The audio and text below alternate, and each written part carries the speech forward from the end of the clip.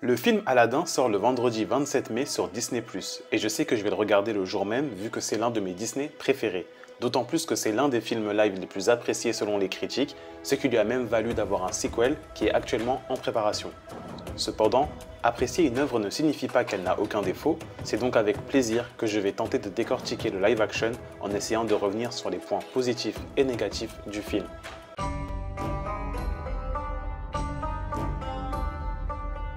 Pour beaucoup, le fait que le génie raconte l'histoire d'Aladin est une nouveauté du live action. Et pourtant, cette information était bel et bien présente dans la version de 1992, mais la plupart des francophones l'ignorent pour une raison bien particulière. Au début du film original, un vieux marchand se présente brièvement et finit par nous raconter l'histoire d'Aladin. On ne connaît pas réellement son identité, mais on comprend que c'est le narrateur de l'histoire. En général, quand un narrateur commence à raconter une histoire, il la termine. Sauf que l'on ne retrouve pas le marchand à la fin du film, c'est le génie qui clôture le récit avec la fameuse phrase « Génial, non ?» En français, on ne se pose pas plus de questions, mais en anglais, le génie dit « made you look », ce qui pourrait être traduit littéralement par « je vous ai fait regarder ». Et qu'est-ce que l'on a regardé? Le film, bien entendu. Donc il sous-entend qu'il nous a fait regarder le film jusqu'au bout. Le génie n'apparaissant qu'au milieu de l'histoire, on est censé comprendre que lui et le marchand sont une seule et même personne. Le film live n'a fait que confirmer cette théorie en montrant le génie sous forme humaine raconter ses exploits à ses propres enfants dès le début. Je dois avouer que c'est un aspect du live action que j'ai beaucoup apprécié car ça permet de rectifier un point essentiel de l'histoire qui avait été omis par une simple mauvaise traduction. Un autre point positif du film, c'est l'interprétation du génie par Will Smith qui a vraiment su incarner le personnage en gardant ses propres spécificités. Par exemple, on le voit à plusieurs reprises danser, rapper et faire des blagues, alors que le génie interprété par Robbie Williams joue beaucoup plus sur des métamorphoses et des imitations de grandes figures de la pop culture comme Arnold Schwarzenegger pour n'en citer qu'un.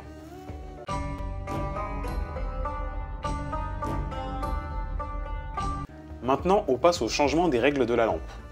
Dans le dessin animé, chaque détenteur de la lampe a le droit à 3 souhaits, en dehors de tuer quelqu'un, faire tomber les gens amoureux et faire revenir les morts. La première chose que je me suis dite étant petit, c'est pourquoi Aladdin n'a pas utilisé l'un de ses souhaits pour en avoir d'autres. Je ne dois pas être le seul à avoir soulevé ce problème car les scénaristes du live action ont pris le temps de bien préciser cette fois qu'il était impossible de souhaiter d'autres vœux. De plus, le maître du génie doit être précis sur les mots utilisés lors de la formulation de son souhait et obligatoirement frotter la lampe en même temps. À 2 reprises, Aladdin va utiliser ces règles à son avantage, la première en faisant le souhait de sortir de la caverne sans frotter la lampe, du coup cela ne sera pas comptabilisé, et la seconde pour vaincre Jafar en le poussant à souhaiter devenir l'être le plus puissant de l'univers sans précision. Le génie, ayant compris le stratagème de son ami, va décider de transformer Jafar en génie, ce qui diffère de l'original.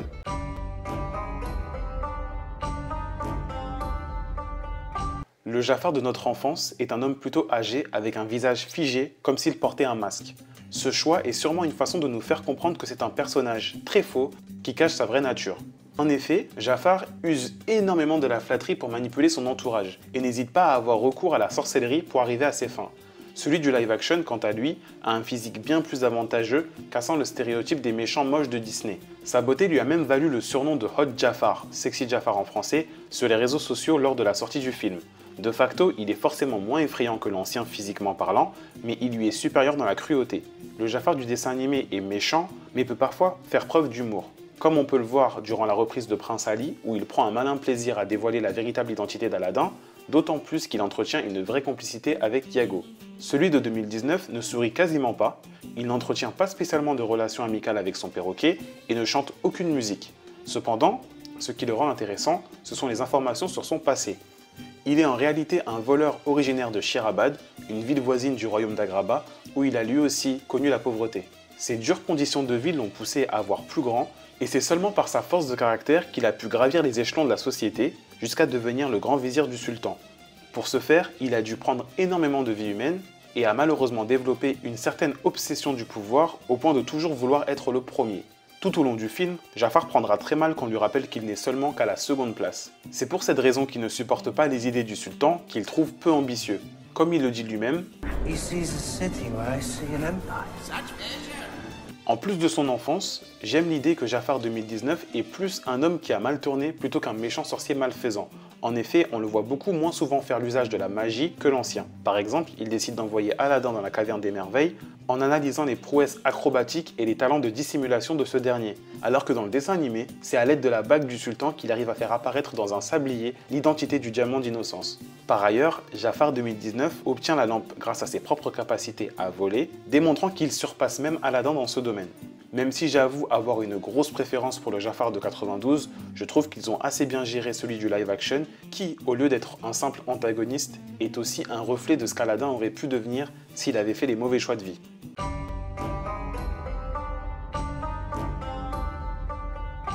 La réécriture du personnage de Jasmine est le changement le plus marquant du nouveau film. Revenons rapidement sur les grosses différences entre les deux princesses. Jasmine 92 en a marre de son statut royal, qui l'empêche de sortir, voir le monde et se faire de nouveaux amis. Elle prend donc la décision de s'enfuir du palais. C'est au marché qu'elle fait la connaissance d'Aladin, avec lequel elle partage beaucoup de points communs, malgré leurs différences de statut social. La royauté et les responsabilités de Jasmine l'empêchent de découvrir le monde et la pauvreté d'Aladin l'empêche de vivre normalement, ce qui va les rapprocher.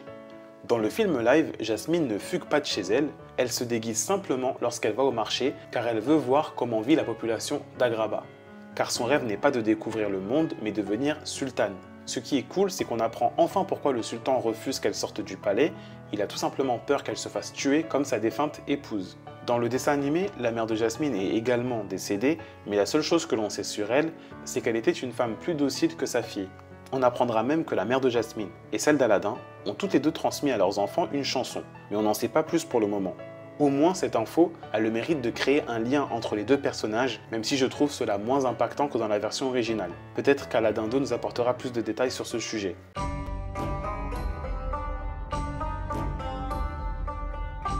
La chose qui m'a frappé dans le film, c'est la nouvelle chanson de Jasmine, Parler, qui est d'ailleurs divisée en deux parties. La première évoque surtout la peur et la tristesse qu'elle éprouve après que Jafar lui ait fait comprendre qu'elle n'était là que pour être jolie. La deuxième montre son affirmation et sa volonté de ne pas se taire face aux hommes de son entourage qui l'empêchent de devenir sultane sous prétexte qu'elle est une femme. Honnêtement, j'ai trouvé ça stylé car les scénaristes ont su jouer sur les débats actuels concernant le rôle de la femme au sein de la société. Mais, parce qu'il y a un mais, suis-je le seul à trouver qu'il y a un côté Reine des Neiges là-dedans? Je m'explique. Au moment de la sortie du live action, le dernier film d'animation Disney à avoir marqué les esprits était La Reine des Neiges, avec le fameux Libéré délivré. Je trouve que dans les grandes lignes, ils ont calqué le personnage de Jasmine sur Elsa, notamment sur le fait qu'elle a les talents pour régner sur le royaume, mais ce sont les gens qui l'empêchent de révéler son plein potentiel, tout comme Elsa se retient de montrer son pouvoir à cause des autres. Du coup, Jasmine passe de la fille qui a peur à celle qui se rebelle contre tous lors de sa chanson, qui sonne comme un Libéré délivré bis. Sauf que personnellement, ce que j'aimais dans l'original, c'était le fait que Jasmine était l'une des rares princesses à n'avoir jamais eu peur de dire ce qu'elle pense. Du haut de ses 16 ans, elle remet en place tous les hommes du film, à commencer par le prince Ahmed, bonne chance à qui épousera cette furie. Son père, Eh bien, peut-être n'ai-je plus envie d'être une princesse. Oh, Aladdin, Oui, un prince comme vous. Et comme tous ces autres pans farinés qui sont venus faire la ronde devant moi. et surtout Jafar. Les gardes ont arrêté un jeune homme au marché sur vos ordres. Et ce qui est drôle, c'est qu'à la base, Jafar voit plus Jasmine comme une menace que son père, car il sait pertinemment que le jour où elle se marie, elle lui dira bye bye, d'où le fait qu'il veut rapidement se débarrasser d'Aladin. De ce fait, je n'ai pas trop compris pourquoi celle du film est si mal à l'aise à l'idée de se marier, comme si épouser un homme lui enlevait un quelconque pouvoir, alors que Jasmine 92 refuse le mariage seulement parce qu'on lui impose des hommes qu'elle n'aime pas. Cependant, elle sait très bien qu'elle ne perd rien en épousant un autre prince. Il y a même un moment dans le film où elle le fait bien comprendre à Jafar. Quand je serai reine, j'aurai enfin le pouvoir de me débarrasser de vous. Regardez sa tête, il meurt d'envie de la gifler. On voit bien qu'elle n'a jamais eu peur de lui, même lorsqu'il devient sultan, elle refuse de se prosterner. Quand il devient sorcier, elle n'hésite pas à lui jeter un verre en pleine face, et j'en passe. Par contre, je pense que beaucoup de spectateurs trouvaient que cette Jasmine était très immature et un peu chiante sur les bords. Donc la bonne nouvelle, c'est qu'ils trouveront une Jasmine beaucoup plus posée dans le live action. Pour ma part, j'ai toujours aimé les personnages imparfaits et je faisais partie de ceux qui appréciaient l'ancienne Jasmine pour ces raisons. Bon, je parle beaucoup, mais ça y est, il reste juste un dernier point avant la fin de la vidéo. Donc si vous l'appréciez, c'est le moment de mettre un pouce bleu, vous abonner et activer la cloche des notifications. Et d'ailleurs, dites-moi ce que vous pensez du film dans la barre des commentaires, ça me ferait plus que plaisir de voir vos avis, même s'ils sont différents du mien. Allez, on continue.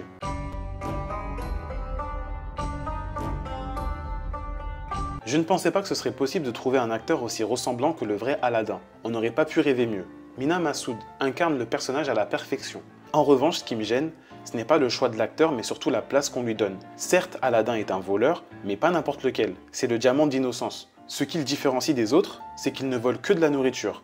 Raison pour laquelle il est le seul à être assez pur pour entrer dans la caverne aux merveilles.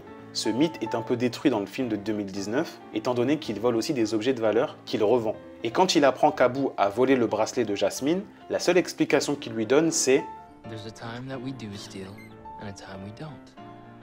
This was definitely a dump. » À la base, Aladdin est un homme de valeur. C'est pour cette raison qu'il est si difficile de le voir s'enfoncer dans son mensonge tout au long du film d'animation. C'est son amour pour Jasmine qui le pousse à mentir. On a envie de lui hurler d'avouer la vérité à sa bien-aimée avant qu'il ne soit trop tard. Mais là, aucune inquiétude puisque Jasmine est la première à mentir en se faisant passer pour Dahlia lors de leur première rencontre.